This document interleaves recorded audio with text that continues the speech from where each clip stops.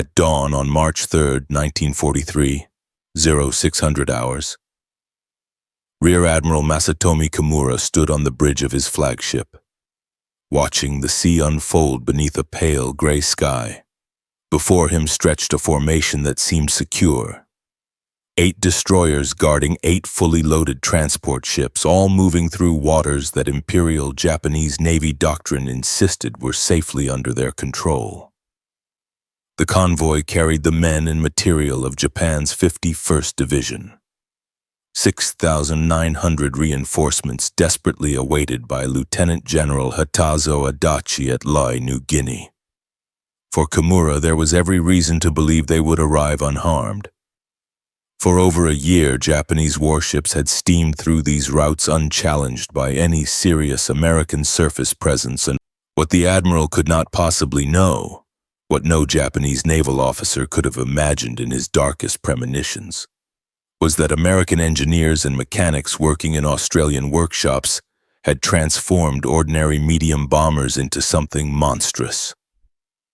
Within 4 hours, those re-engineered B-25 Mitchells, each bristling with 850 caliber machine guns thrusting from its nose like the fangs of some mechanical predator, would turn the placid Bismarck Sea into a blazing graveyard of twisted steel and burning fuel. Japanese confidence was not blind arrogance, but experience. Victories at Pearl Harbor, the Java Sea, and months of relative immunity from Allied air power had created an expectation of mastery. High-altitude American bombers had consistently failed to hit maneuvering ships. Their torpedo planes required long, predictable approaches that Japanese gunners had learned to shred. Destroyers armed with quick-firing 25mm and 5-inch dual-purpose guns had proven they could defend convoys against any low-level threat that dared come close. Captain Tamichi Hara of the destroyer Shigure was typical of these confident officers. He had sailed between Rabaul and Lai many times, shepherding transports through perilous but familiar waters. He knew that the Americans had tried everything. High-altitude precision raids by B-17 flying fortresses that seldom struck anything but the sea. Torpedo attacks that exposed their planes to suicidal return fire, and medium-altitude bombing that allowed ships to twist away from falling ordnance. Japanese training emphasized calm discipline under attack. Rapid evasive turns, coordinated flak barrages, and the protective umbrella of steel formed when ships interlocked their fields of fire. Commander Yasumi Doi aboard the destroyer Tokitsukaze had drilled his gunners relentlessly, teaching them to track fast-moving aircraft, lead their targets by instinct, and maintain uninterrupted fire even as explosions blossomed around them. Across the convoy, more than 125mm cannon, dozens of 13mm machine guns, and the heavier 5-inch guns of the escorts stood ready. Doctrine and past experience told them this defense was impregnable. The transports beneath that protective screen carried far more than soldiers. Ammunition, food, medical supplies, and equipment packed every hold. The largest ship, Kyokusei Maru, displaced over 6,000 tons and carried an entire regiment of the 51st Division. Those troops had waited at Rabaul for weeks, chafing under tropical rain until weather cleared enough for the voyage. They were told the route was dangerous but well protected, and they believed it. The convoy's formation, destroyers forming an outer ring around the lumbering transports, had been refined through 2 years of war. Every helmsman knew his station, every lookout his sector. Yet this morning differed from any other. It began subtly. Lookouts spotted small shapes glinting in the southern sky, tiny silver specks at perhaps 7,000 feet.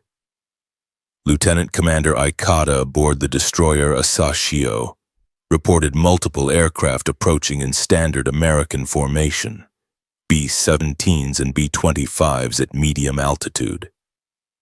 It looked like another conventional raid, nothing the Japanese hadn't seen before. Gun captains called out ranges, ammunition crews readied belts and shells on each ship. Officers shouted, Commence firing as they dive! None of them yet saw the danger screaming in just above the waves.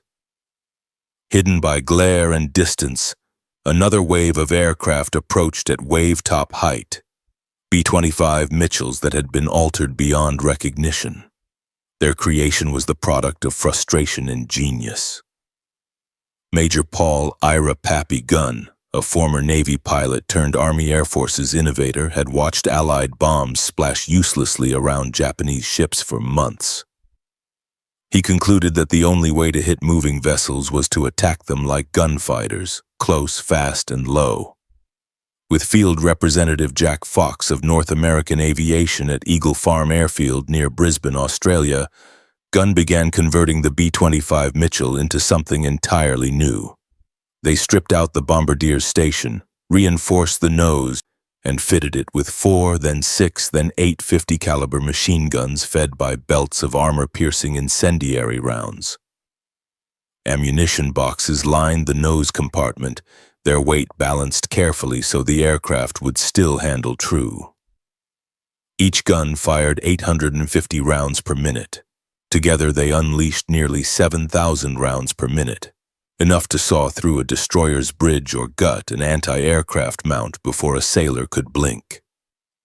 The M8 API rounds, 619 grains apiece, left the barrels at almost 2,900 feet per second, fast enough to punch through light armor plating and ignite fuel or ammunition beyond. The roar and flash of those 8 guns would soon become legend, a sight so terrifying that Japanese survivors later swore it felt like being trapped inside a giant metal-cutting saw. But firepower alone was not enough. Gunn and his comrades paired those guns with a daring new bombing method. Skip bombing. Major William Benn of the 43rd Bombardment Group had learned that a bomb dropped from 200 to 250 feet could ricochet off the water like a skipping stone and detonate against a ship's side. The technique demanded superhuman nerve. Pilots had to roar straight at their targets just above the waves, release at the perfect moment, and pull up seconds before impact. Training fields near Port Moresby became proving grounds, where crews practiced against the half-sunken hulk of the SS Pruth, until they could plant their bombs precisely at a ship's waterline. General George Kenney, commander of the 5th Air Force, immediately saw what this combination meant. He called the modified B-25's commerce destroyers, ships of the air that would hunt the Empire's supply lines. By March 1943, the 3rd Attack Group had fully converted to the new Strafer configuration, led by Major Edward Larner of the 90th Bombardment Squadron. Their tactics were simple but lethal. Approach at 1,000 to 1,500 feet, drop to wave-top level within 2 miles, and fire continuously until bombs were released in the final seconds of the run.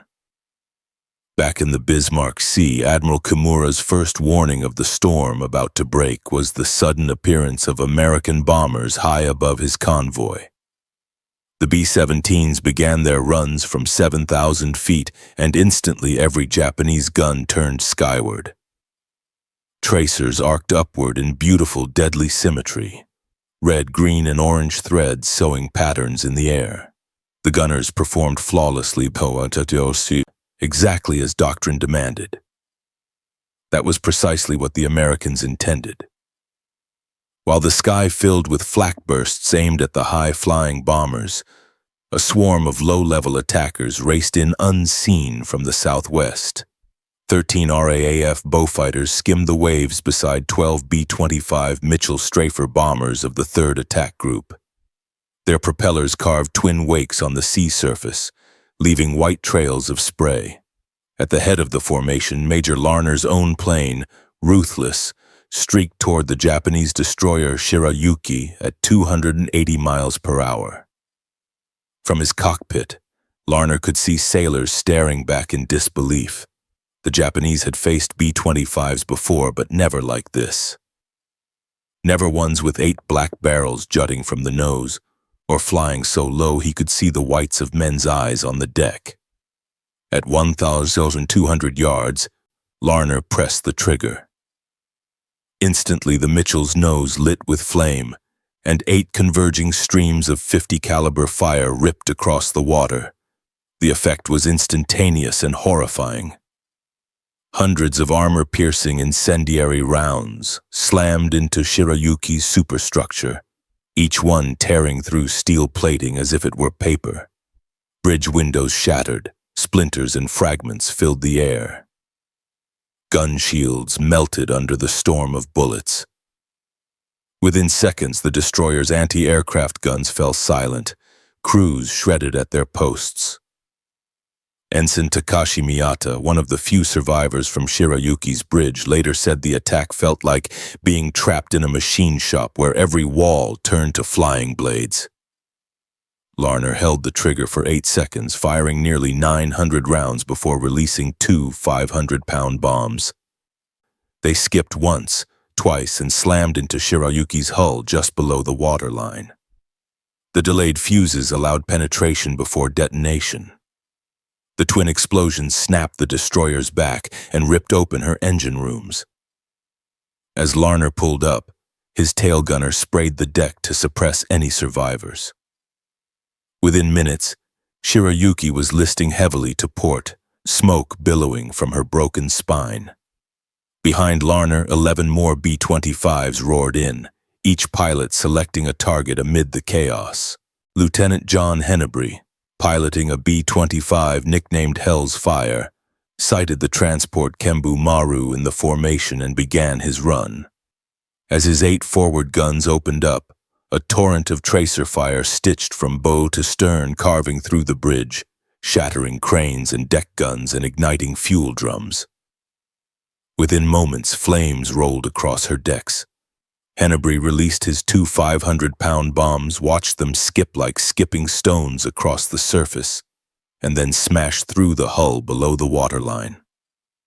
Seconds later, twin orange blossoms erupted from beneath the transport, splitting her keel. Across the formation, chaos replaced order. The Kaiko Maru took a direct hit from another B-25's bomb that skipped perfectly into her side and detonated amid a packed cargo hold of ammunition. The resulting explosion sent fragments and men flying hundreds of feet into the air. The Japanese captains tried to maneuver, but the convoy's well-rehearsed formation had collapsed into smoke, panic, and flames. Royal Australian Air Force Beaufighters added to the devastation. Flight Sergeant Fred Cassidy of No. 30 Squadron drove his Beaufighter in at mast height toward Teo Maru. His 4 20mm cannon fired in rapid bursts, punching explosive shells into the ship's bridge and forward decks. He later recalled watching the bridge disintegrate in a blink, bodies flung into the air, lifeboats shredded by cannon fire. The B-25 crews flew so low that spray from their propellers coated their windshields. They could see the chaos they caused, sailors running for cover, ships trying to turn away only to collide with one another, anti-aircraft gunners firing blindly into the smoke. The Nojima Maru was hit by 3 skip bombs in quick succession, tearing open her hull like a tin can. Hundreds of soldiers trapped in the holds screamed as seawater and fire flooded in together. Few made it out. Commander Yasumi Doi aboard Tokitsukaze tried desperately to rally his men. His gunners fired until their barrels glowed red, but the low-flying attackers were too fast and too numerous. "They came straight at us," one survivor remembered. "Their noses on fire, their bullets tearing through the ship like lightning." In less than a minute, Doi's gun crews were dead or wounded. The destroyer's bridge was a ruin, riddled with holes and splattered with blood. The destroyer Arashio, seeing the carnage, attempted to shield the transports by interposing herself between the attackers and the cargo ships. Her captain's bravery was his undoing. 3 B-25's focused their attacks on her, each unleashing a torrent of 50 caliber fire. More than 2,000 rounds slammed into Arashio's superstructure, killing her bridge crew instantly. shredding radar and rangefinders and locking her rudder hard over. She veered wildly, colliding with Nojima Maru and sealing the fate of both ships as fire spread across their decks. From his flagship, Admiral Kimura stared in disbelief. The Americans were attacking in a manner no textbook or war game had imagined. No level bombing runs, no torpedo patterns, no high-altitude formations. They came in point-blank, turning each aircraft into a flying battleship. Kimura barked orders for evasive maneuvers, but radio communication broke down amid smoke and confusion. Each captain fought alone. The transport Oigawa Maru made the fatal error of turning broadside to the attackers. Lieutenant Donald McCullough, flying Sleepy Time Gal, bore in from the beam, opened fire at 1,500 yards, and watched his tracers chew through the ship's hull. When his skip bomb struck seconds later, Oigawa Maru exploded in a column of flame so tall that other pilots saw it from 10 miles away. More than 1,500 men aboard were lost within minutes. The attack lasted barely 15 minutes. But by the time the last B-25 pulled up and banked away, the once orderly convoy was a floating inferno. The destroyer Asagumo, which had slowed to pick up survivors, came under attack herself. 2 B-25s swept her decks with machine gun fire before dropping bombs that punched holes below the waterline. Sailors who had leapt overboard moments earlier were strafed as they swam, American pilots following explicit orders to leave no survivors who could reach New Guinea. By 10:15 a.m., silence returned except for the crackle of burning ships and the hiss of steam from ruptured pipes. Admiral Kimura looked out from what was left of his bridge and understood that the Imperial Japanese Navy had just witnessed the end of its control over these waters. Of the 8 transports he had escorted, everyone was either sinking or already gone. 4 of his 8 destroyers were destroyed. The rest were crippled, riddled with bullet holes, decks slick with blood. The scale of human loss was staggering. Thousands of soldiers who had been laughing on deck that morning were now dead or dying in the water. The few destroyers still afloat began rescue operations, but the sea was carpeted with debris, bodies, and oil. Only about 1,200 of the 6,900 men destined for Lae would ever reach it. Most picked up later that night by submarines. The 51st Division, meant to reinforce Japan's crumbling front in New Guinea, had been annihilated without firing a shot. Captain Tamichihara of Shigure, one of the few senior officers to survive, later described the scene as a vision from hell. He wrote, "The Americans cut our ships to pieces as if their planes carried saws instead of guns. The psychological blow was even greater than the material loss."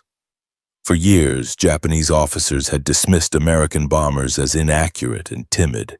Now they realized that the enemy had invented something entirely new.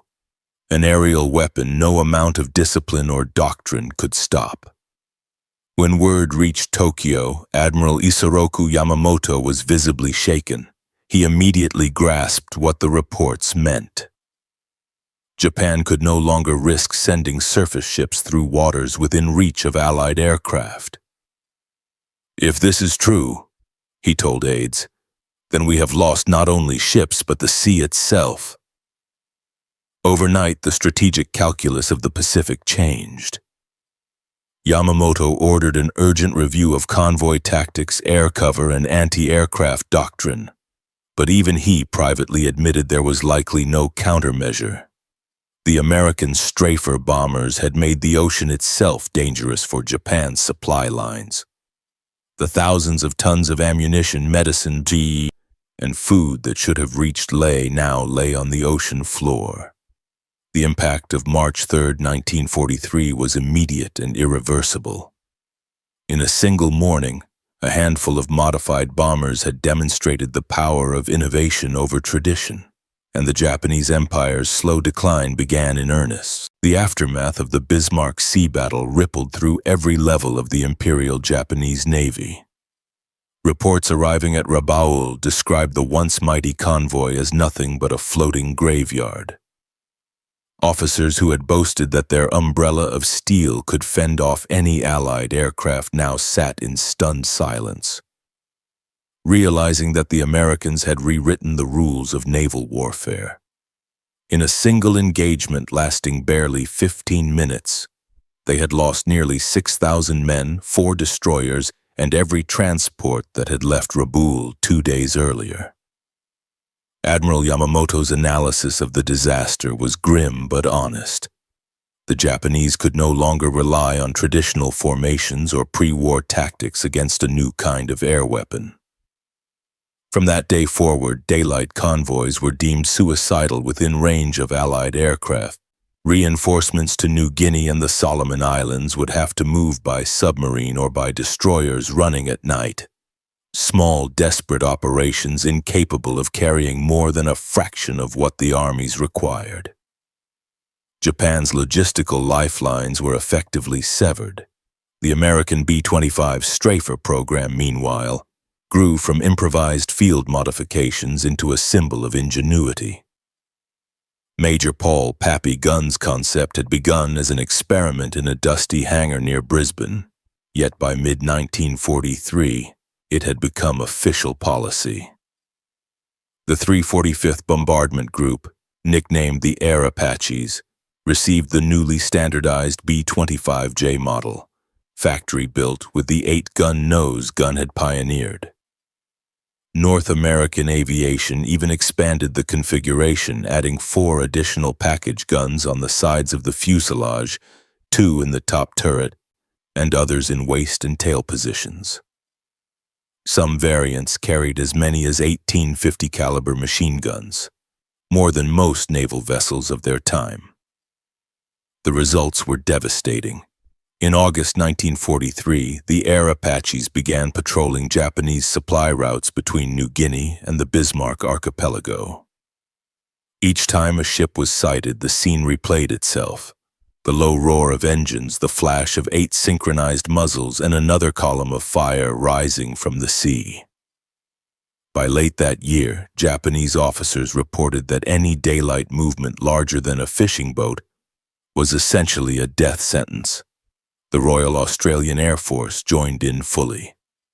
Numbered 18 Squadron, flying their own B-25's from Dutch airfields, hunted Japanese convoys across the East Indies. Their intimate knowledge of the coastline and reefs made them lethal opponents, striking at dawn or dusk when shadows hid their approach. The Australians, too, grew fond of Gunn's invention, painting shark mouths and nose art on their aircraft and sharing the same fierce pride as their American counterparts. As the Allies advanced northward, the B-25 Strafers followed, supporting ground forces in New Guinea, the Philippines, and eventually the Western Pacific. In November 1943, 37 B-25's attacked Simpson Harbor at Rabaul, a stronghold once considered impregnable.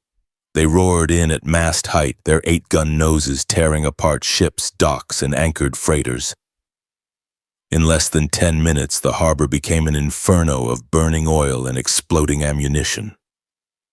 Japanese witnesses described the air filled with fire as anti-aircraft crews were mowed down before they could aim their guns. From 1944 onwards, the B-25's influence extended far beyond anti-shipping missions. Strafers attacked Japanese airfields where their nose guns obliterated parked aircraft, fuel tanks, and hangars. During the Biak campaign in mid-1944, 10 B-25's from the 17th Reconnaissance Squadron destroyed an entire destroyer flotilla trying to land reinforcements. Their skip bombs and concentrated firepower sent the destroyer Harusame to the bottom, convincing Japanese commanders to abandon the effort. By mid-year, Yamamoto's worst fears had come true. His navy could no longer maneuver freely in the Pacific. Even as their victories mounted, American crews paid a terrible price. Low-level attacks were unforgiving. A single burst of flak could tear a Mitchell apart. The 3rd Attack Group alone lost over 40 aircraft in the Pacific. many vanishing in smoke and fire within seconds of making their runs. Veterans spoke later of the psychological strain, flying directly into gunfire, watching tracers zip past the canopy and holding steady until bombs released. "It was like staring down death every time," one pilot recalled, "but every ship we sank meant fewer of our boys fighting on the beaches." The Japanese tried to adapt. Some ships were fitted with additional light anti-aircraft guns. Others employed smoke screens or sudden engine reversals to confuse attackers. But none of it mattered. The B-25's speed and maneuverability let pilots adjust instantly. Even radar-directed guns offered little help when the bombers arrived barely above the waves, guns already blazing. The Imperial Navy saw it. Once the Pride of Asia now hid its convoys in darkness.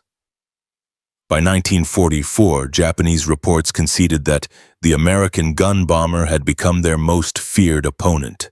It was fast, lethal, and nearly impossible to stop.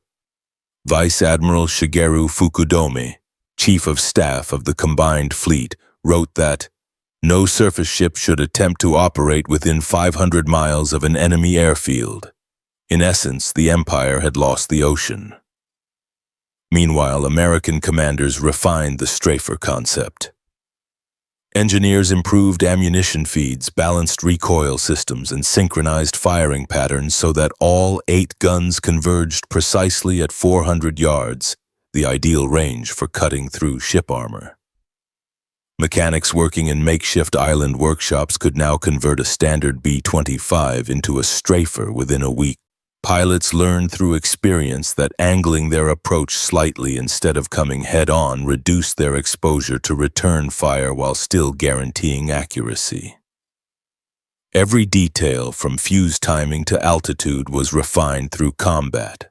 The strafer's influence even crossed oceans. German intelligence reports on the Bismarck Sea debacle reached Berlin, where Luftwaffe engineers attempted to replicate the concept with their Junkers Ju-88 bombers. The idea of turning a medium bomber into a flying gun platform fascinated them, but they never matched the balance or precision of guns' design. The Italians, too, experimented with skip bombing using Savoia Marchetti SM-79 torpedo bombers, but lacked the firepower needed to suppress anti-aircraft defenses. Only the Americans had the industrial flexibility and daring to make it work on a large scale. As the war dragged toward its end, the B-25's legend grew. Crews gave their planes names like Dirty Dora, Pluto, and Heavenly Body. Nose art became personal, a mix of humor and menace. They knew they flew something different. Part bomber, part fighter, all fury. In every mission briefing, they reminded each other that every Japanese ship sunk shortened the war. By early 1945, strafer tactics had evolved once more. Crews trained to use their guns against ground targets, trains, radar sites, and coastal installations. With their 8-gun noses and rocket mounts under the wings, B-25's became flying battering rams. Some pilots even tested 75mm cannons mounted in the nose for attacking bunkers and destroyers, though most preferred the reliability and sheer volume of the .50 caliber fire. Japan's surrender in August 1945 ended the need for such ferocity. Ironically, the very day Tokyo announced its capitulation, B-25 strafers of the 345th Bombardment Group were still in the air, attacking small Japanese ships in the inland sea, unaware that the war had ended. When they returned to base, their commanders met them with the news. It was over. The legacy of those modified bombers, however, lived on.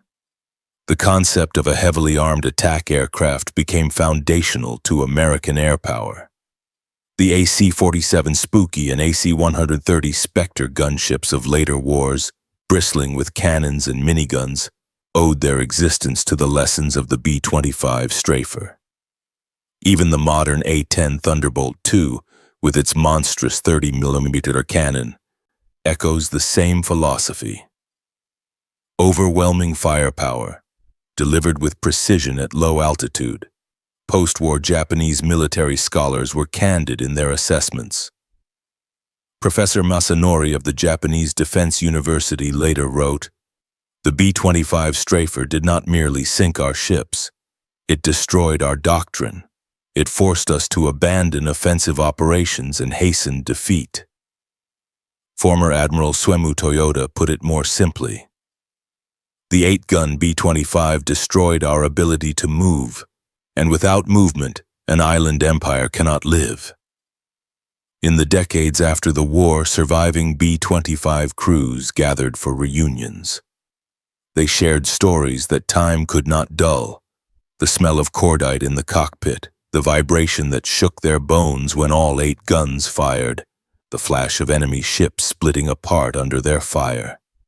They remembered the fear, the loss, and the sheer exhilaration of flying machines that shouldn't have existed, but changed everything.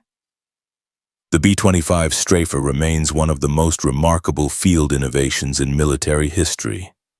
Born not in laboratories or factories but in a dusty Australian workshop, it transformed an ordinary bomber into a ship-killing monster that shifted the balance of power in the Pacific. From the burning wrecks of the Bismarck Sea to the skies over Rabaul and Biak, the 8-gun nose became a symbol of ingenuity and audacity, a reminder that in war, adaptation is survival. When Admiral Kimura watched his convoy die beneath the rising smoke on March 3, 1943, he could not have known that he was witnessing more than a defeat. He was watching the birth of a new era, one where innovation, not numbers, decided the fate of nations. The empire that had once ruled the Pacific fell, undone not by battleships or fleets but by mechanics and pilots who turned their bombers into flying guns. And so the story of the B-25 strafer endures. A story of creativity born from desperation, of courage meeting invention, and of the day the Bismarck Sea burned, when a few modified planes changed the course of history forever.